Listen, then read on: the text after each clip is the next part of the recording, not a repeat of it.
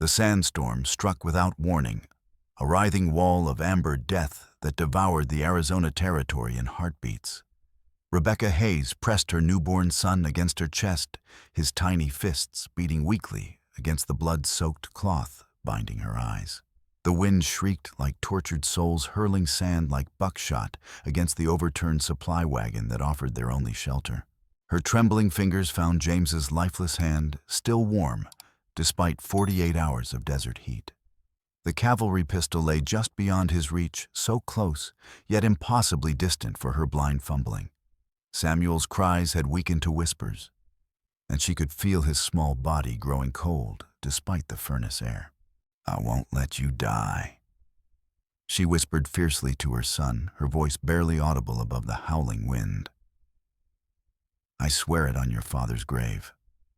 A sound froze her blood boots, crunching on sand, moving with predatory purpose. Torrens had returned to finish what he'd started to silence the only witness to his betrayal. Rebecca's hand closed around a jagged piece of wagon wheel splintered wood that might serve as a weapon if she could just... "Easy, lady." The voice spoke careful English, accented but gentle. "Not come to hurt." Not Torrens, not cavalry, Apache.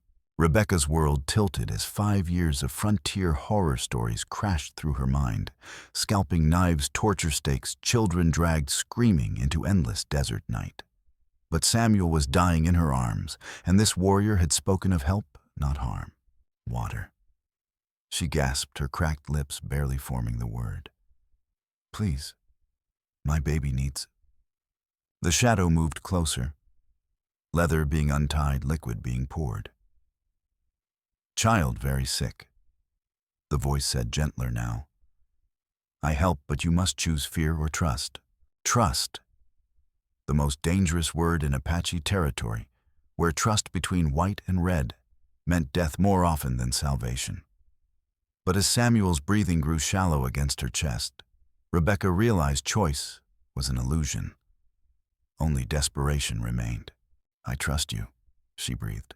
The Apache warrior knelt beside them, and Rebecca heard the blessed sound of goat's milk being measured. With infinite care, he began feeding her son, drop by precious drop, coaxing life back into the tiny body. "My name Kemi," he said as he worked. "Means secret in my tongue. What they call you, Rebecca Hayes." His hands stilled for just a heartbeat, so briefly she almost missed it. When he resumed feeding Samuel, his movements carried new tension, as if her name had awakened sleeping demons. "There is hidden place," Kemi said quietly. "Spring shade safety, but journey dangerous for blind woman with child." Rebecca knew the stories. Every tale she'd heard painted Apache as merciless killers who showed no quarter to white families. But this man was saving her son's life with his own hands. And in the vast emptiness surrounding them, mercy was rarer than water. "I'll follow you anywhere," she said. Colonel James Hayes had kissed his wife goodbye 3 days earlier at Fort Huachuca, his weathered hands gentle on her swollen belly. At 42, he was a decorated veteran of the Indian Wars, personally selected for the delicate mission of delivering both military payroll and preliminary peace documents to Fort Apache. The plan had been deceptively simple: escort a wagon train through Devil's Canyon to deliver supplies and treaty papers that might finally end the Apache Wars. But someone had leaked the route to Caleb Torrens, a deserter who understood that betraying his former comrades could prove more profitable than serving them. The ambush came at dawn, swift and merciless. Torrens and his gang of former soldiers knew cavalry tactics because they'd once followed the same flag they now betrayed.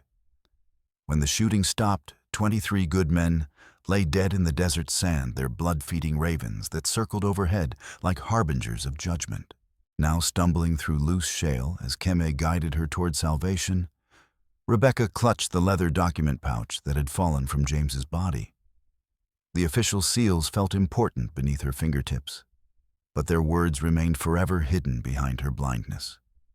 Whatever secrets they contained would die with her in this desolate place, unless the Apache warrior beside her proved worthy of the impossible trust she'd placed in him. The journey to the hidden spring, tested every limit Rebecca had thought she possessed. Each step across shifting sand and razor-sharp stone threatened disaster for a woman navigating by sound and desperate hope. Keme guided her with words, rather than touch, understanding that physical contact between Apache warrior and white woman carried dangers beyond the desert's natural threats. "Now listen," he said as they climbed into red rock country. "Desert speaks if you learn her language." At first, Rebecca heard only chaos wind and shifting sand, her own labored breathing, Samuel's weak cries. Then gradually, individual voices emerged from the symphony of wilderness. The skitter of lizards across stone, the distant call of a hawk riding invisible thermals, the subtle change in air pressure that whispered of water somewhere ahead. "I can hear it," she said with amazement. "Blindness sometimes gift," Keme replied. "Sighted people see only surface. You learn to hear the heart."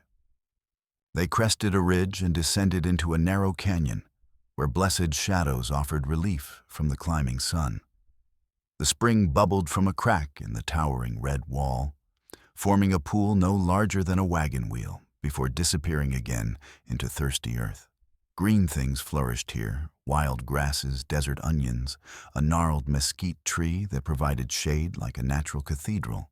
Keme set Rebecca down beside the pool with practiced gentleness, then immediately began examining her wounds.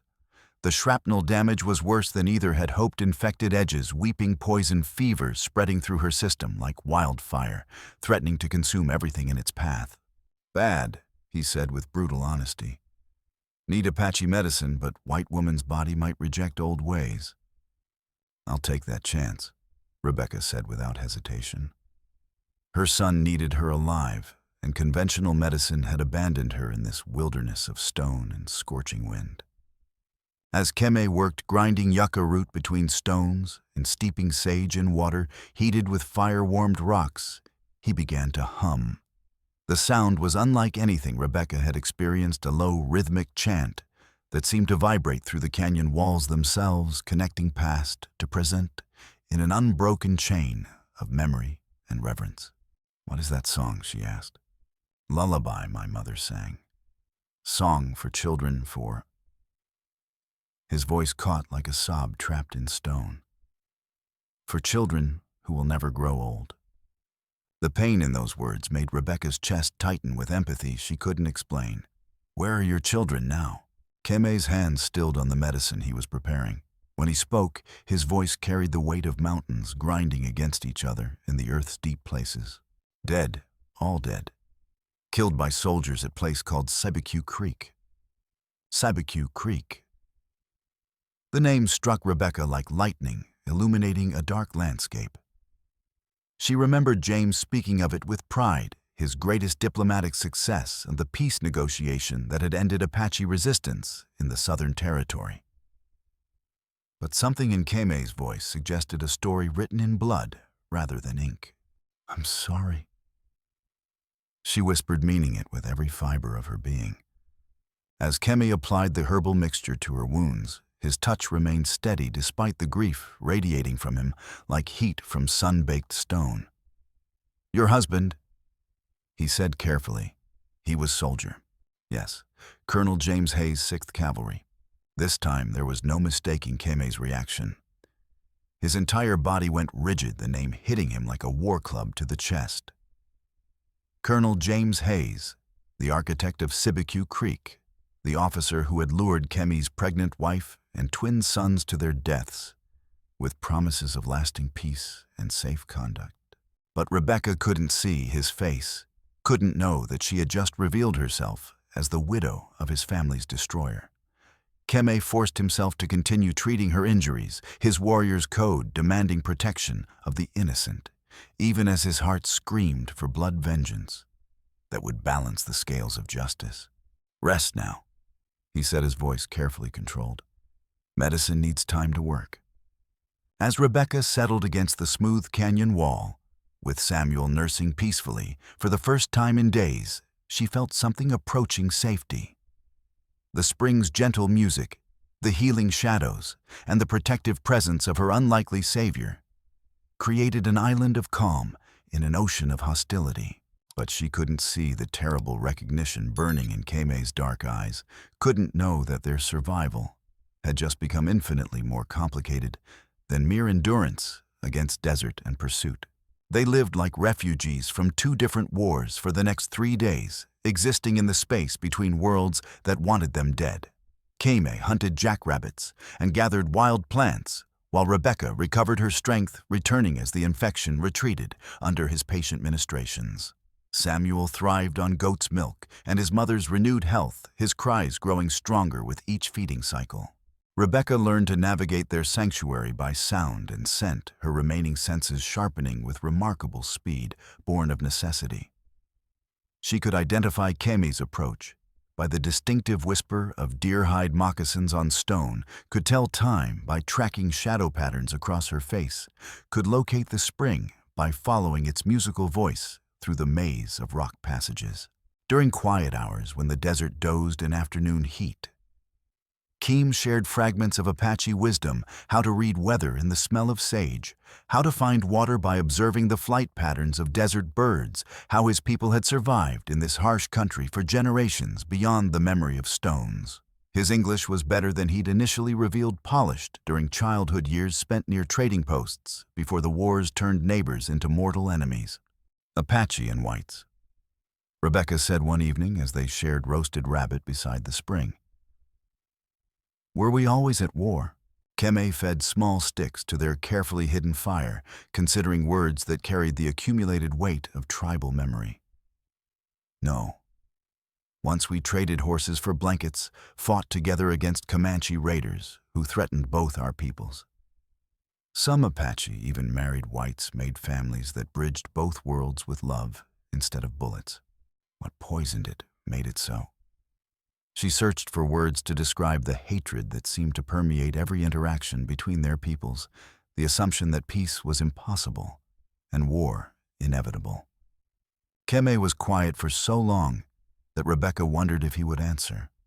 When he spoke, his voice held the accumulated pain of a man who had lost everything twice, once to violence, once to the knowledge of who had ordered that violence. Promises broken like dry sticks in drought. Treaties written in ink that turned to blood before the paper dried. Children murdered for the crime of existing in a world that wanted their land more than their lives. He paused, and Rebecca could hear him struggling with memories too painful to voice directly. Good people on both sides, but powerful men profit more from war than peace. Rebecca sensed personal agony beneath his measured words, but didn't press. She was beginning to understand that this warrior carried wounds deeper than flesh scars, that went to the very core of who he was, and who he might have been in a different world. On the 4th morning, those old wounds were torn open with surgical precision. Rebecca woke to find Keme motionless at the canyon's rim, every muscle in his lean frame tense as a drawn bowstring.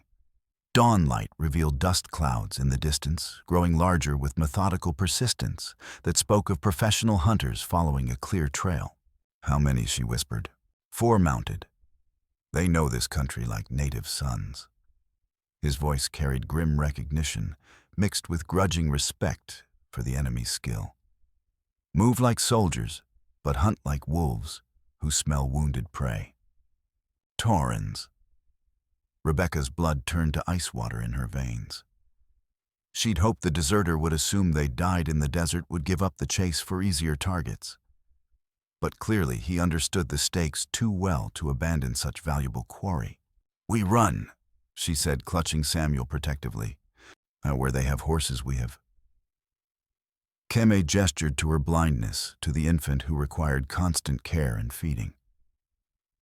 And they know we're here. Saw our smoke yesterday, found our water source this morning. Then we fight. Keme studied her with something approaching respect. The frightened woman he'd found 4 days ago was gone, replaced by someone forged in desert fire and tempered by impossible choices. You cannot fight what you cannot see, he said gently. I've been shooting since I was 12. Rebecca replied with quiet determination that surprised them both. Frontier army posts don't coddle officers' wives. Point me toward the enemy and trust my aim. There is another way. Keme said slowly, internal conflict clear in every line of his weathered face. Sacred place deeper in the rocks. But taking you there would violate the most fundamental laws of my people. Oh, what kind of violation? Apache burial caves. Place where our ancestors rest, where no white person has ever been permitted to set foot. If I take you there, I am twice exiled, first for helping you, now for desecrating the most holy ground our people know.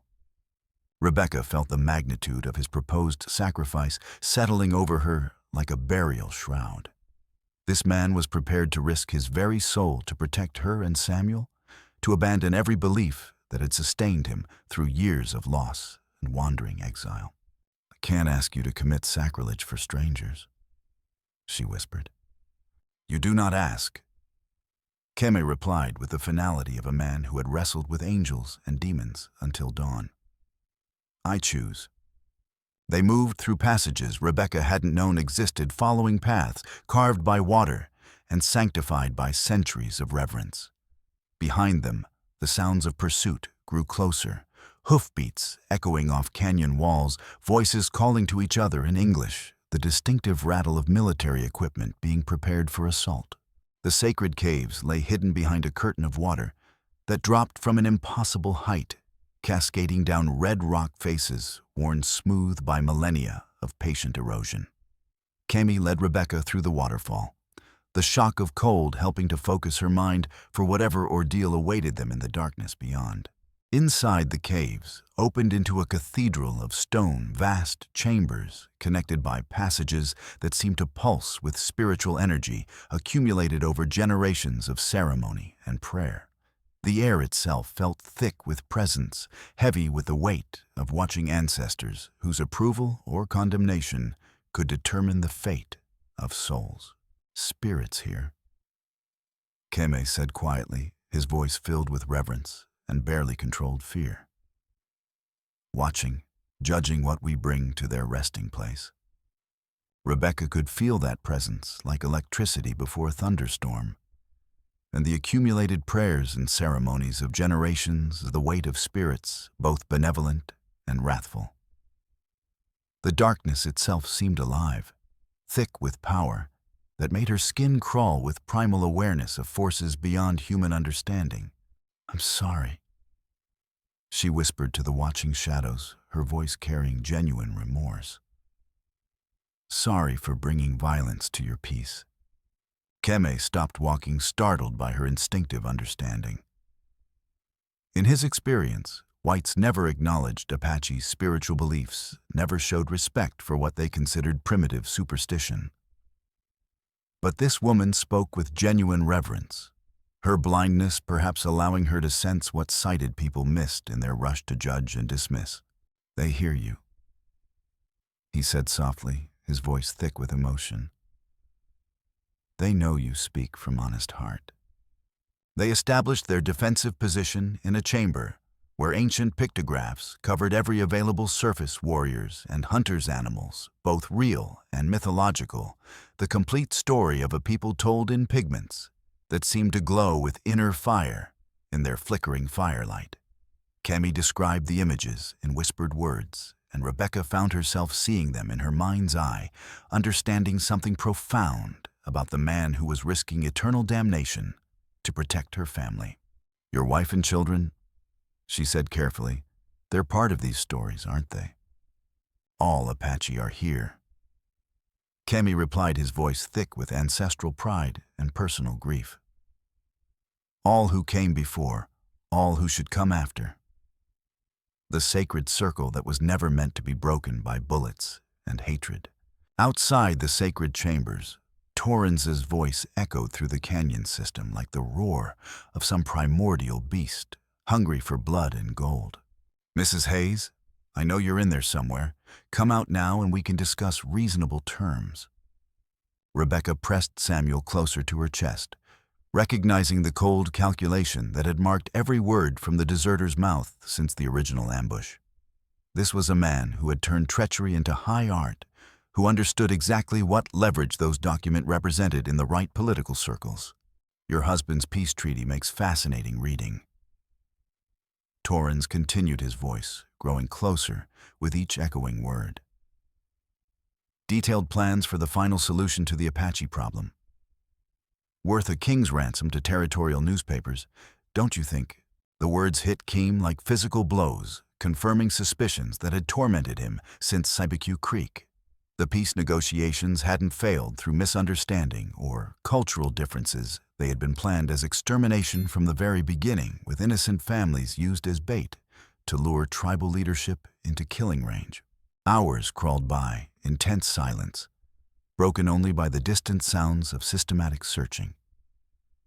Keme moved through the sacred passages like smoke, given form appearing and disappearing to confuse their pursuers about their numbers and defensive positions. But Torrens was patient, methodical, willing to wait for hunger and thirst to drive them into the open, where superior firepower could finish what treachery had begun. When the deserter finally lost patience with subtle tactics, his assault came with military precision, honed by years of frontier warfare. Rebecca jerked awake from fitful sleep to the thunder of gunfire echoing through the sacred chambers like the voice of angry gods. Muzzle flashes lit the ancient artwork like lightning strikes, and the crash of bullets against stone was deafening in the confined space, each ricochet carrying the potential for sudden death. "Stay down." Keme shouted over the chaos, moving with fluid grace between defensive positions he'd prepared during the sleepless night. "Keep baby quiet." But Samuel was already crying, terrified by the noise and chaos that surrounded them, like the end of the world itself. Rebecca pressed her hand over his mouth, hating herself for the necessity while bullets whined overhead, like angry hornets seeking targets. Torrens had divided his remaining men with tactical brilliance, one group maintaining sustained pressure at the main entrance, while others searched methodically for alternate routes into the cave system. The net was tightening with each passing minute, drawing closer like a noose around the necks of the condemned. "Apache." Torrens's voice cut through the gunfire like a blade designed for psychological warfare. "You're protecting the wrong family. Do you know what Colonel Hayes did to your people at Cybeque Creek?" Keme's jaw clenched until his teeth ached, but he didn't respond. Any answer would reveal his exact position to marksmen who were methodically mapping their defenses through sound and muzzle flash. He burned them alive. Torrens continued with calculated cruelty, designed for maximum emotional impact. Pregnant women nursing babies, children who'd never held weapons, 73 Apache murdered under a flag of truce. Each word was carefully chosen to drive wedges between the defenders. But Rebecca could hear something else beneath the surface, taunting genuine knowledge, personal involvement that went far beyond mere observation of historical events. A new sound reached her sharpening ears, boots scraping against stone from an unexpected direction, growing closer with each carefully placed step. One of Torrens' men had found a side passage, was working his way through the cave system toward their sanctuary, while his companions maintained diverting fire. Rebecca's hand found a loose stone on the ancient floor, baseball-sized and heavy enough to crack bone if properly applied. When the outlaw emerged from a narrow fissure into their chamber, silhouetted against dim light filtering through cracks in the ceiling, she was ready for him.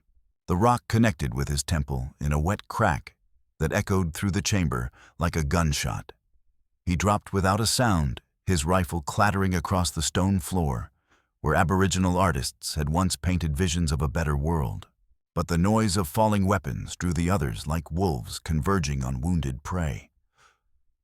Suddenly the cave erupted in sustained gunfire, as Torrens' remaining men abandoned subtlety for overwhelming force. The sacred walls which had sheltered Apache spirits for centuries now echoed with the thunder of modern warfare. Keme fought like a man possessed by the ghosts of his ancestors, using every advantage the terrain offered. He moved through the darkness like smoke, striking from impossible angles with rifle fire that made each precious cartridge count. But there were too many enemies, too many directions to cover simultaneously. A bullet caught him in the shoulder, spinning him around, but not dropping him to the merciless stone. Another sparked off rock inches from his head, sending razor-sharp fragments into his cheek where they drew blood that looked black in the muzzle flash lighting. Then disaster struck with the finality of an avalanche.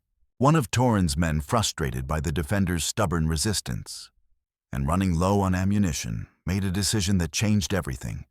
The stick of dynamite he lobbed into the cave system exploded with ear-shattering force, bringing down tons of rock and filling the air with choking dust that turned breathing into agony.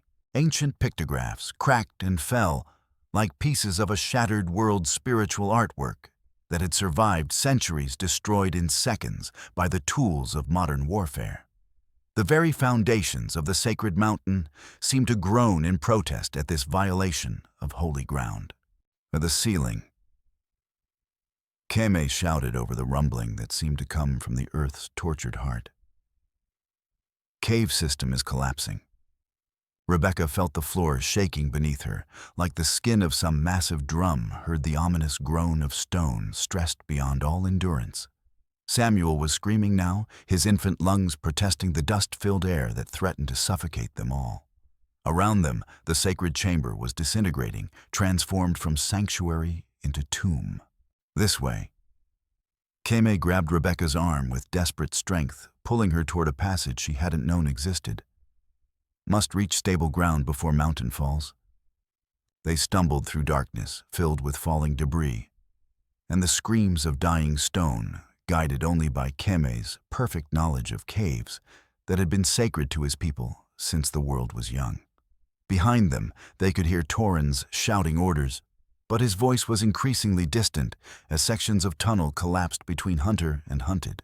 The passage opened into a natural amphitheater, a vast circular chamber with walls that soared beyond the reach of any firelight they could create.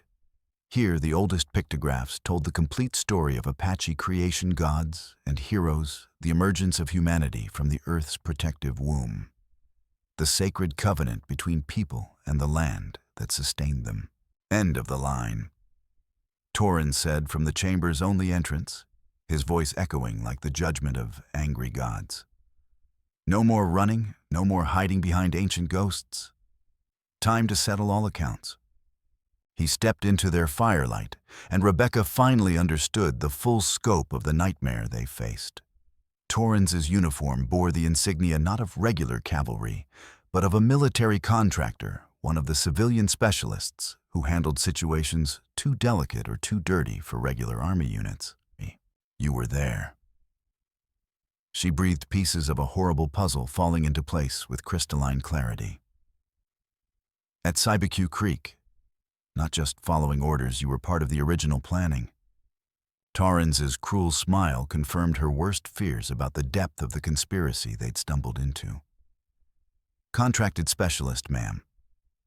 Your husband hired me personally to handle the cleanup operations. Quite lucrative work disposing of inconvenient evidence.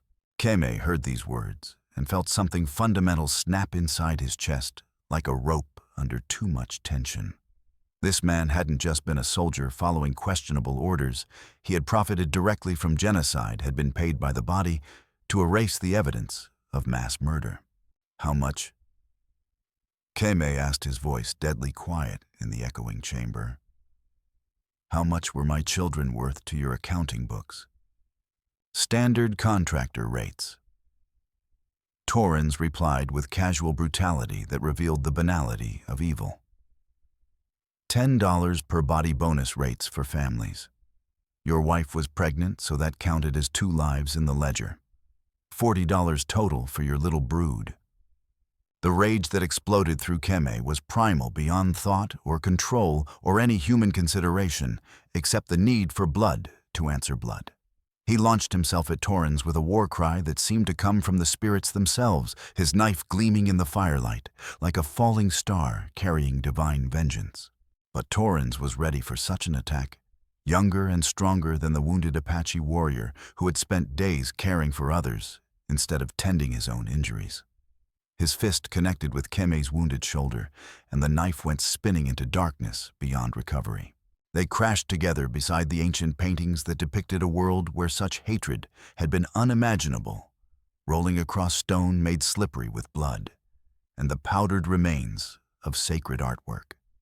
For long moments, only the sounds of desperate struggle filled the chamber. Should have let the woman die in the desert like a dog. Torrens snarled, pressing his advantage with the ruthless efficiency of a professional killer.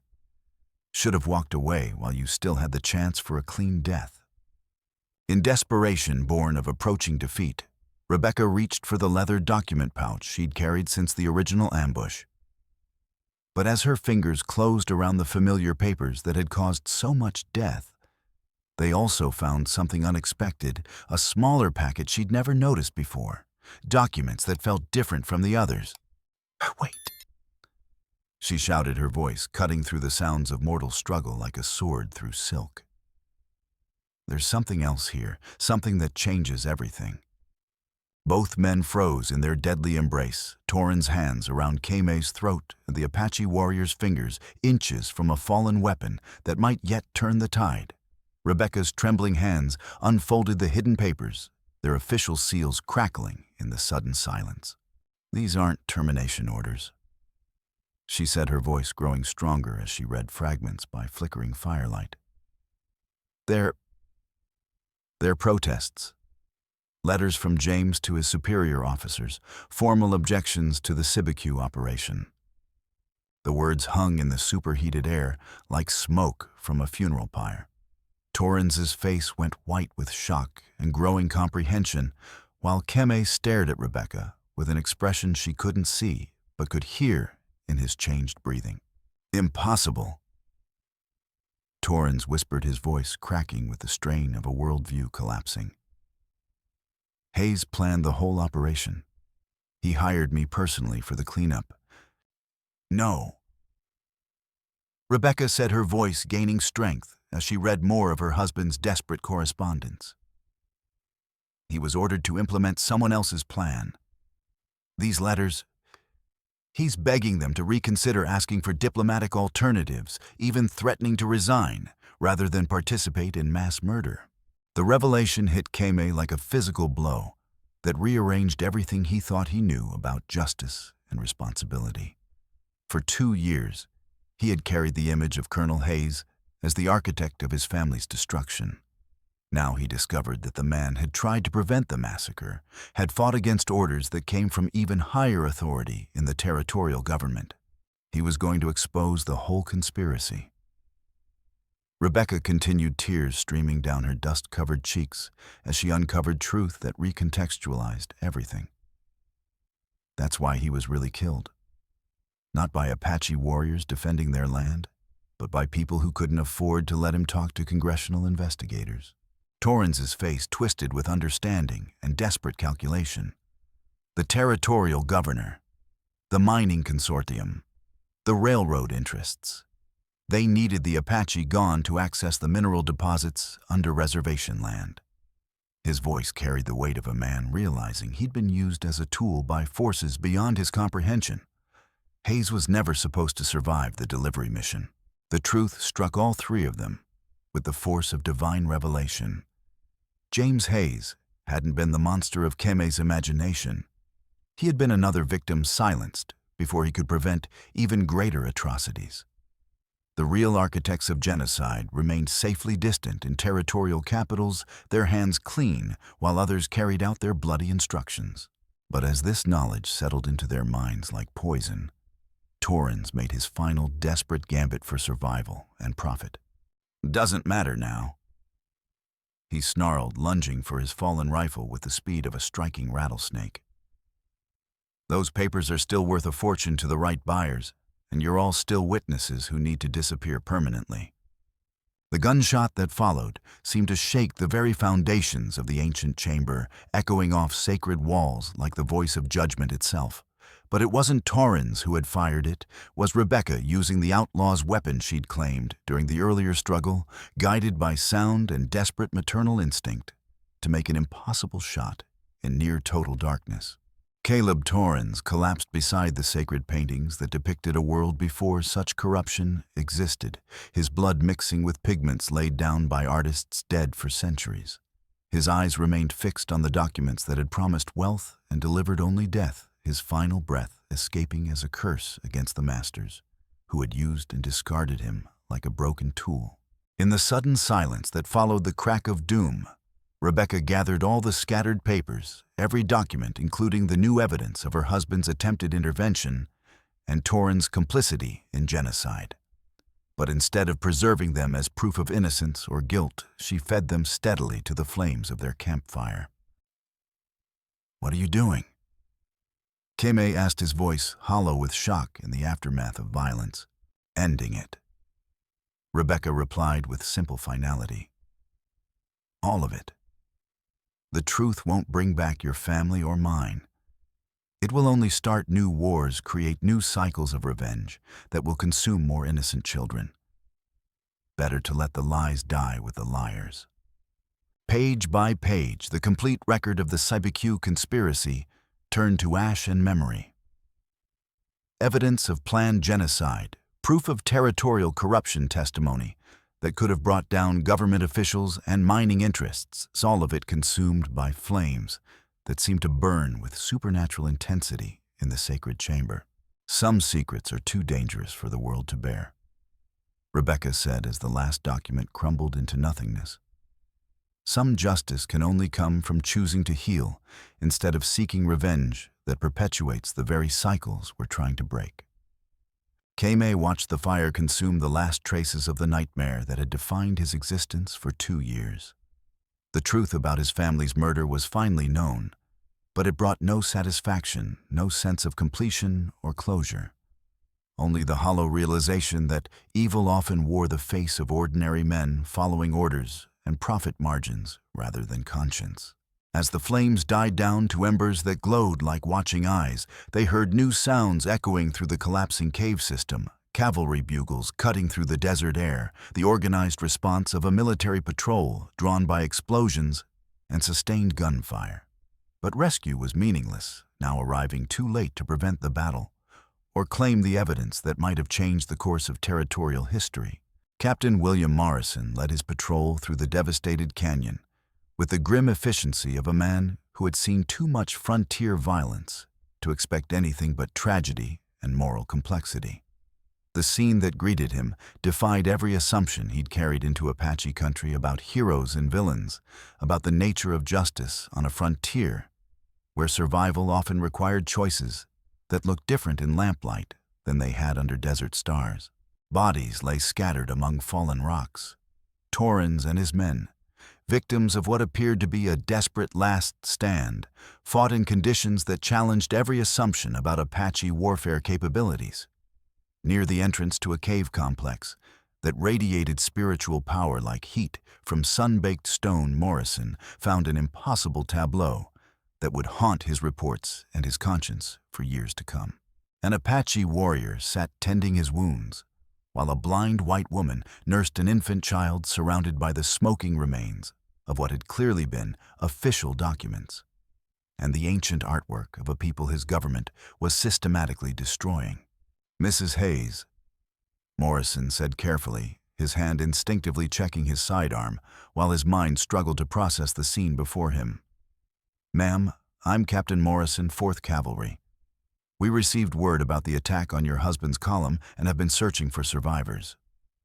Rebecca lifted her head toward his voice, her sightless eyes reflecting firelight, like stars burning in a winter sky. "Captain," she said with dignity that surprised him with its quiet strength, "I'm afraid your rescue comes too late for everyone, except those who no longer need rescuing from anything but their own choices." Morrison's gaze shifted to Keem, taking in the warrior's obvious injuries, his protective stance despite clear exhaustion. The blood that spoke of recent violence, defended rather than initiated. Military protocol demanded the Apache's immediate arrest as a hostile combatant. But the scene before him suggested complications that regulations hadn't anticipated and couldn't easily resolve. "Ma'am, has this individual harmed you in any way?" he asked, following procedures that seemed increasingly inadequate. "Harmed me." Rebecca's laugh held no humor, only the bitter wisdom of someone who had seen behind civilization's carefully maintained mask. "Captain, this man saved my life and my son's life." Without his protection and guidance, you'd be finding nothing but bones picked clean by buzzards and regret. Ma'am, I understand you've suffered significant trauma, but military procedure requires none of your procedures. Rebecca interrupted with quiet authority that carried the weight of a colonel's widow who would not be patronized by lesser ranks. Are written by men who've never faced the choice between principle and survival, in conditions where both civilization and savagery reveal their true faces. This warrior showed more honor in 4 days than most soldiers manage in entire careers of following orders without questioning their moral implications. Morrison felt the ground shifting beneath certainties he'd carried his entire military career. Mrs. Hayes was the widow of a decorated colonel, her testimony carrying institutional weight that couldn't be easily dismissed or explained away in official reports. But her words challenged everything he'd been taught about Apache nature and the necessity of military solutions to political problems. The outlaw leader Torrens, he said carefully, trying to find solid ground in familiar territory. We've been tracking him for desertion and theft of military property. Can you tell me what happened here? Justice happened, Rebecca replied with simple finality. Frontier justice for frontier crimes. The specific details matter less than the ultimate outcome, which is that evil men who profited from the suffering of innocents have been held accountable by forces beyond human law. Kim watched this delicate negotiation in silence, understanding the careful dance taking place between military necessity and moral complexity. Morrison wanted to follow standard regulations, to arrest the Apache and claim credit for resolving the crisis in terms that would look good in official reports. But Rebecca was offering him an alternative narrative, one that avoided uncomfortable questions about military contractors and territorial politics that might prove embarrassing to investigate too thoroughly. Ma'am, Morrison said slowly, his voice carrying the weight of a man trying to balance duty with conscience. My report will need to account for what we found here. There are irregularities that require official explanation.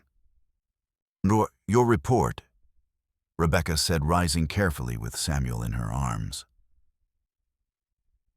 will state that you found the widow of Colonel Hayes and her infant son survivors of an outlaw attack in Apache territory. You will note that the perpetrators were dealt with according to frontier law, and that justice was served through means that require no further investigation.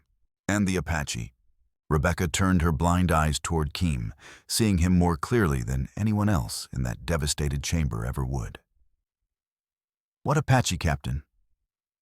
I've been alone with my child since the attack, surviving on stored rainwater and whatever supplies the outlaws overlooked in their haste to claim their prize. Morrison stared at her, then at Keme, understanding the choice she was presenting with crystalline clarity. He could follow the letter of military law and arrest the Apache warrior, creating a diplomatic incident that might restart regional warfare and raise uncomfortable questions about what had really happened in these caves. Or he could accept the elegant fiction Rebecca offered, allowing a man who had clearly acted with honor to disappear into the desert, like smoke on the wind. The captain looked around the sacred cave, taking in the spiritual weight of the place, the ancient artwork that spoke of peoples and traditions far older than territorial governments or military regulations.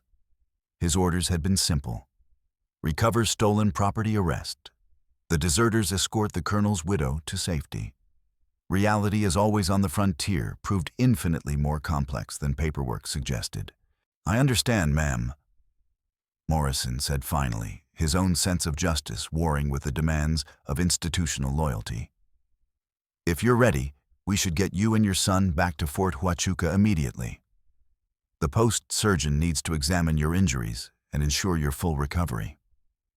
I'm ready, Rebecca said with quiet dignity. Then turning toward where she knew Keme stood in the shadows, she added softly, "Thank you for teaching me that courage isn't the absence of fear, it's choosing to do what's right despite being terrified of the consequences." Keme rose slowly, favoring his wounded shoulder. "Your son will grow strong," he said in careful English polished by years of necessity. "We'll learn to build bridges instead of burning them down. I'll make certain of that promise."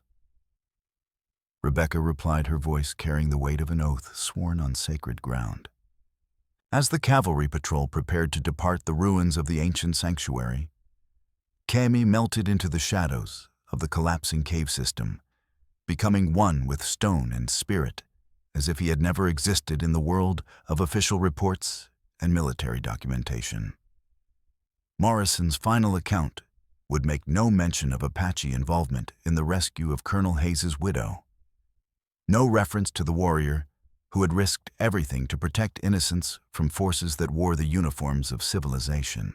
But the captain was a thoughtful man, and as he escorted Rebecca toward the promise of safety and civilization, he found himself questioning assumptions that had guided his entire military career.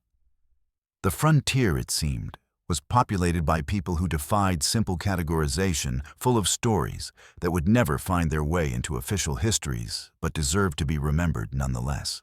The journey back to Fort Huachuca took 4 days through country that seemed determined to test every remaining strength they possessed. Rebecca said little during the ride, but her silence was contemplative rather than broken by trauma. Each mile that separated her from the sacred caves also carried her further from the woman she had been, the colonel's wife, who had lived in comfortable ignorance of the violence that secured her safety and status. Morrison proved himself a decent man by not pressing for details that would complicate his report or challenge the narrative Rebecca had constructed. He had seen enough frontier tragedy to understand that survival sometimes required moral compromises that looked different in official lamplight than they had appeared under desert stars where life and death balanced on the edge of individual choices. But Rebecca carried burdens that no military report could address or resolve. How do you mourn a husband whose memory you can no longer separate from the atrocities committed in his name, even if he had ultimately tried to prevent them? How do you raise his child to be better than his father's legacy, when the very foundations of that child's heritage were built on graves of the innocent? When Fort Huachuca's familiar adobe walls finally appeared on the horizon like a mirage made solid, Rebecca made a decision that would define the rest of her existence and her son's future. She would not flee from James's complex legacy. She would confront it directly, transform it through action, use her hard-won knowledge of institutional evil to prevent future horrors from being committed in the name of progress and civilization. The post-surgeon pronounced both mother and child healthy. Despite their ordeal, though, Rebecca's blindness appeared to be permanent damage that no medical intervention could reverse. Fellow officers' wives surrounded her with sympathy and support, all of them speaking of James as if he were a martyred saint who had died serving the highest ideals of military honor. Rebecca accepted their condolences with grace and dignity, even as each word of praise cut deeper than Apache knives could have managed.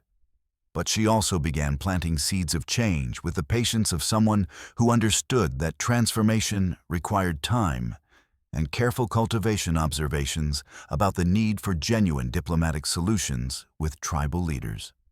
Suggestions that perhaps the official accounts of various battles didn't tell complete stories, gentle questions about whether military contractors were really necessary for what should be peaceful negotiations between sovereign peoples. Post-Commander Colonel Anderson visited her personally to discuss James's final mission and its tragic outcome. The payroll was never recovered, he said, studying her carefully for any reaction. Nor were the treaty documents he was carrying to Fort Apache. A significant loss for territorial administration and our ongoing diplomatic efforts. Perhaps, Rebecca said quietly, her voice carrying depths of meaning that Anderson couldn't quite fathom. Some losses prevent greater tragedies than they cause, even if we can't see the connections at the time. Anderson frowned at the cryptic response, but didn't pursue the matter further. The woman had survived an ordeal that would have broken stronger people if she wanted to speak in riddles and philosophy. That was certainly her privilege as a grieving widow. But he made mental notes about certain irregularities in Hayes's recent reports, discrepancies that had seemed minor at the time, but now demanded more thorough investigation. 8 months later, Rebecca shocked Fort Huachuca society by resigning her widow's pension and using James's substantial life insurance settlement to establish an institution that challenged every assumption about frontier education. The peaceful Valley Academy, built on carefully chosen neutral ground between military territory and Apache reservation boundaries, would teach children of both cultures together in the same classrooms. A radical experiment in the possibility of coexistence that many considered dangerous idealism. The decision was controversial, potentially dangerous, and according to many of her former friends and social peers, completely insane given the current state of Apache-white relations. But Rebecca had learned something in those sacred caves that sustained her through every criticism and obstacle. Sometimes the greatest courage was required not to fight enemies with violence, but to transform them into family through the patient work of understanding and shared humanity. Years flowed like desert rivers, sometimes rushing with the force of flash floods, sometimes barely trickling through sand, but always moving toward something larger and more significant than their individual currents could achieve alone. The settlement that grew around Rebecca's school defied every prediction about frontier communities, becoming a place where Apache and white families lived as neighbors rather than enemies, where children learned to see differences as sources of strength rather than reasons for fear. Thomas Hayes, he had kept his father's name as a daily reminder of the vigilance required to prevent such horrors from recurring, grew into a young man who carried his complex heritage with surprising grace and wisdom beyond his years. At 16, he spoke English, Spanish, and Apache with equal fluency, served as primary translator for the school's increasingly diverse student body, and bore the moral weight of his father's crimes without allowing that burden to crush his spirit or limit his vision of what was possible. Rebecca herself had changed in ways that transcended the physical reality of her permanent blindness. At 38, she moved through her world with the confidence of someone who had learned to see with more than eyes, to understand truth through means that didn't depend on surface appearances or conventional assumptions about human nature. The monthly community gatherings had evolved into sacred rituals in their own right. Apache drums, beating complex counterpoint to church bells, traditional stories shared alongside biblical parables, children of former enemies playing together in dust that had once been soaked with blood, spilled in the name of irreconcilable differences. It was during one such gathering on an evening when desert stars seemed close enough to pluck, like luminous fruit from the velvet sky, that an unexpected visitor appeared at the settlement's carefully maintained borders.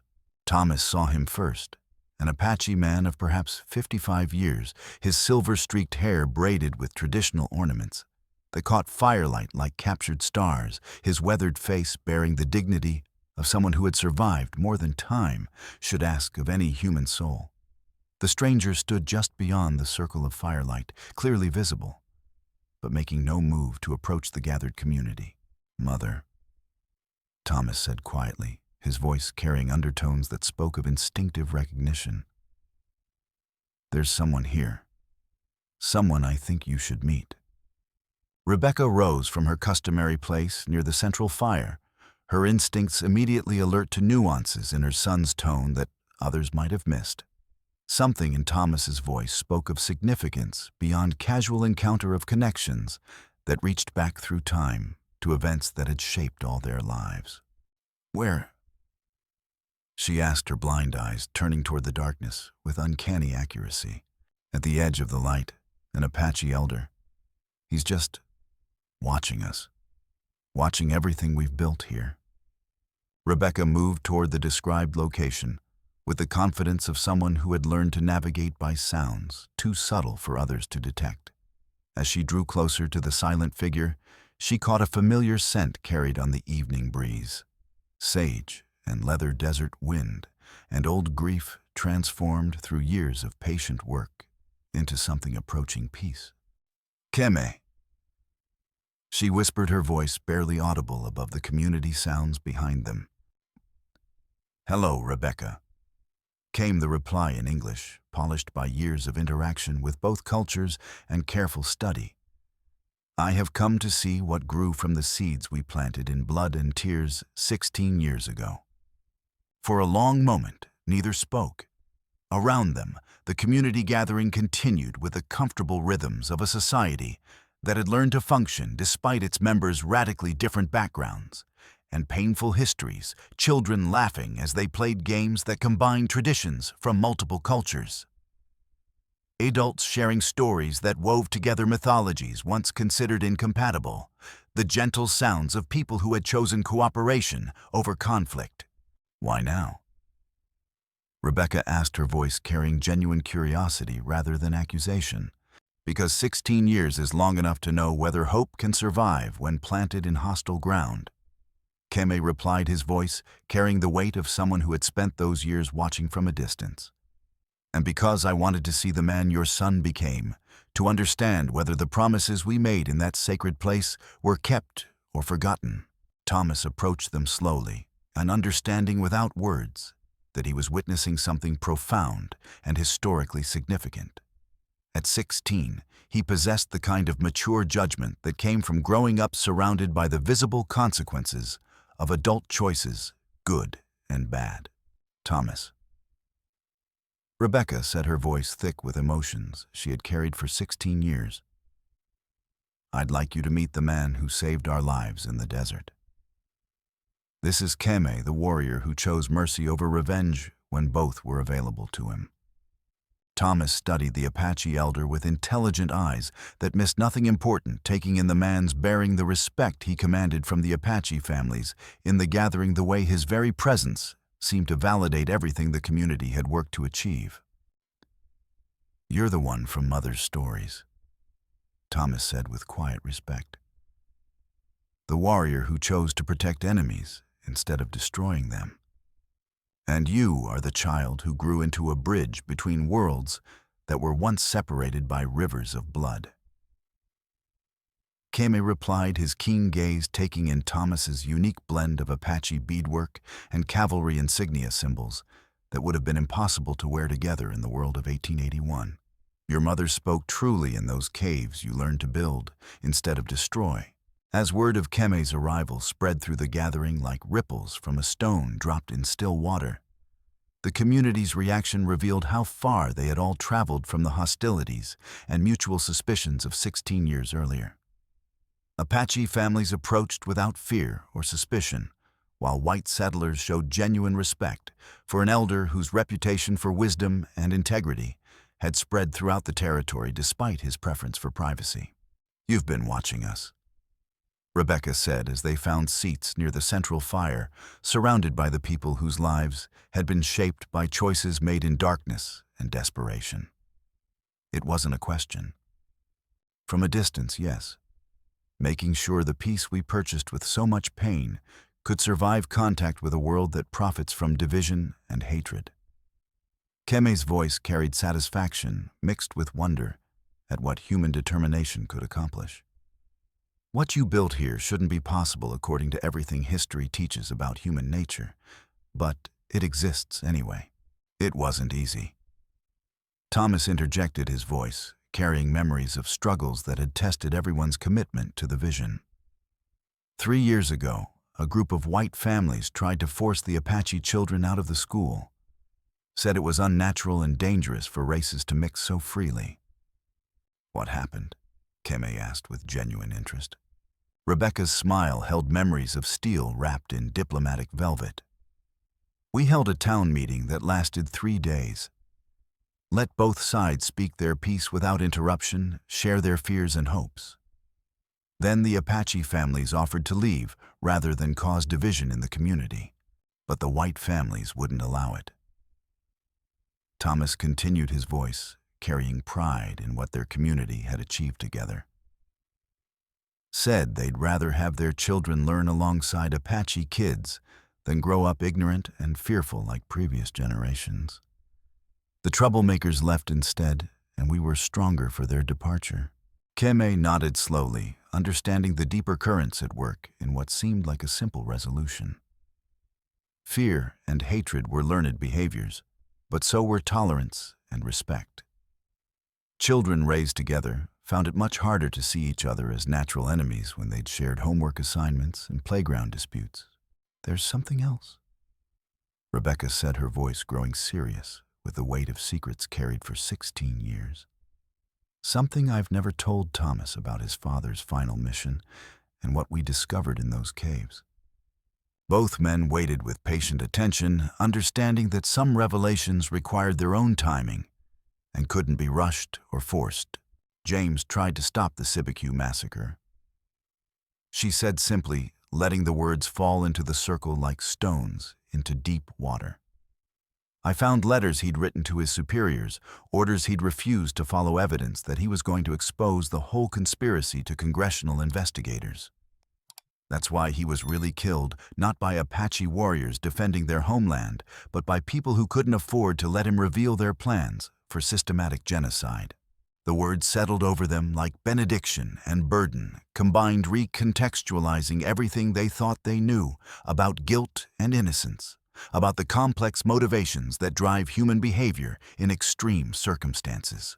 Thomas had grown up knowing his father was complicit in atrocities, had built his entire identity around being better than that legacy of violence and hatred. "Does it change anything?" Thomas asked quietly, his voice carrying the weight of someone whose fundamental assumptions about his own identity were being challenged. "Knowing he tried to do right at the end, even if he failed, it changes everything and nothing." Kame replied with the wisdom of someone who had wrestled with similar questions for decades. "Your father made terrible choices that led to the deaths of innocent people. But he also tried to make better choices when he finally understood the true consequences of his actions. What matters most is that you carry forward his final intentions rather than his earlier mistakes." As the evening wore on and the fire burned down to glowing embers, the three of them talked about the years that had passed and the challenges overcome through patience and determination, and the small victories that had accumulated into something larger than any of them had dared hope for when they first met, in circumstances that should have made friendship impossible. "I have something for you," Keme said as the gathering began to disperse and families headed home for the night. From beneath his traditional shirt, he withdrew a small object wrapped in soft leather that felt warm from being carried close to his heart. "Apache custom says a warrior's tools should go to his son when the fighting is finally done." Thomas unwrapped the bundle with appropriate reverence to reveal a beautifully crafted knife, its handle carved with symbols that seemed to tell entire stories in their flowing, interconnected lines. But this wasn't a weapon designed for war. It was clearly a tool for peaceful purposes, balanced for carving and crafting rather than combat. It was made from the metal of guns. Kame explained, his voice carrying deep significance. Weapons beaten into tools, swords transformed into plowshares, according to the ancient promise. Apache and cavalry metal both forged together into something entirely new. Thomas accepted the gift with the reverence it deserved, understanding that he was receiving more than a useful tool. He was being entrusted with the continuation of a legacy that had transformed enemies into family through the patient work of choosing love over fear. "Will you stay with us?" Rebecca asked as the last families departed for their homes and the three of them remained beside the dying fire. For a while, Kemi replied, his voice carrying both commitment and the recognition of limits. Long enough to help with the harvest, to tell the children stories their grandparents never lived to share with them. But not permanently. Old warriors make poor settlers, even in paradise, created by patient hands. Where will you go when you leave us? Other places where the seeds of peace might take root if properly planted and tended. Other communities that need to learn what you've proven here, that former enemies can become family if people have the courage to choose healing over hatred. His voice carried quiet determination mixed with hope. The work we began in those sacred caves isn't finished until every child can grow up seeing former enemies as potential relatives rather than inevitable threats. As the last embers faded and the desert night settled over Peaceful Valley, with its blanket of stars, the three of them sat in comfortable silence, that spoke of bonds deeper than blood or shared culture. Around them, the settlement slept peacefully, adobe houses and traditional dwellings, gardens where three cultures' crops grew side by side, workshops where different traditions had learned to strengthen each other rather than compete. "It's enough," Rebecca said softly, echoing words she'd spoken years earlier in very different circumstances. "Whatever justice we couldn't deliver through conventional means, whatever questions we couldn't answer through legal processes, this community is enough." Thomas looked up at stars that seemed unchanged since the desperate night, when his mother had chosen mercy over vengeance in a sacred cave that had witnessed both their greatest crisis and their most important victory. "Do you think they're watching?" he asked quietly. "The ones who died at Sabique Creek." "Always," Kame replied with absolute certainty. "And they see their children playing together in the dust where hatred used to grow. They see former enemies teaching each other's languages, sharing each other's stories, building the world they died hoping might be possible."